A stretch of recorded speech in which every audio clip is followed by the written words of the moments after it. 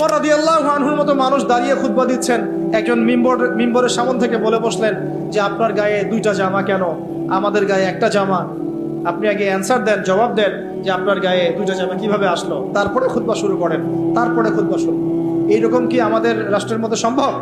গণতন্ত্র যদি বলতে চান তাহলে ওমর রাদিয়াল্লাহু আনহুর এই স্টেটমেন্ট শুনেন।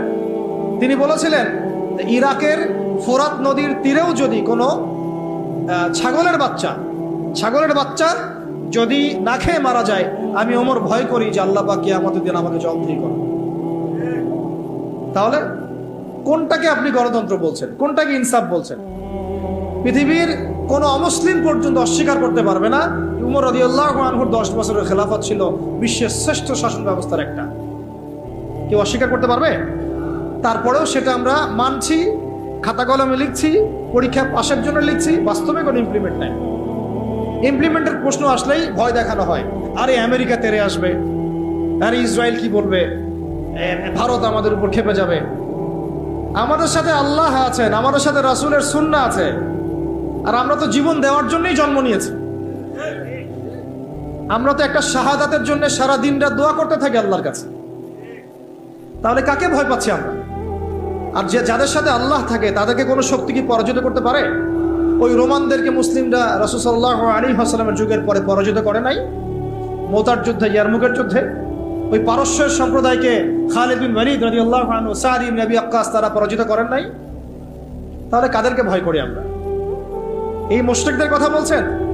ওই দালালরা ছাড়া, তাদের অভ্যন্তরীণ দালালরা ছাড়া তারা আমাদের কিছুই করতে পারবে না।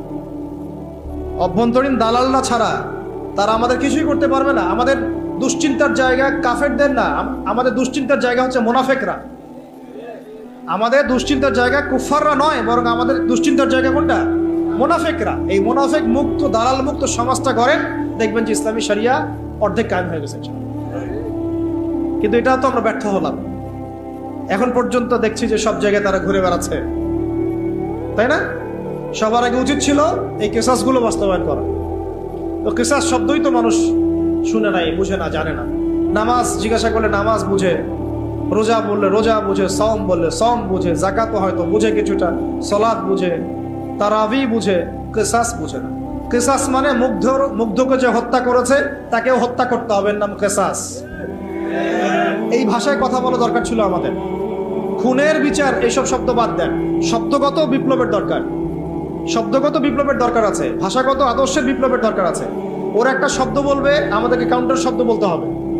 ওরা যদি বলে আমরা ধর্মান্ধ, আমাদেরকে বলতে হবে এরা হচ্ছে সেকুলার।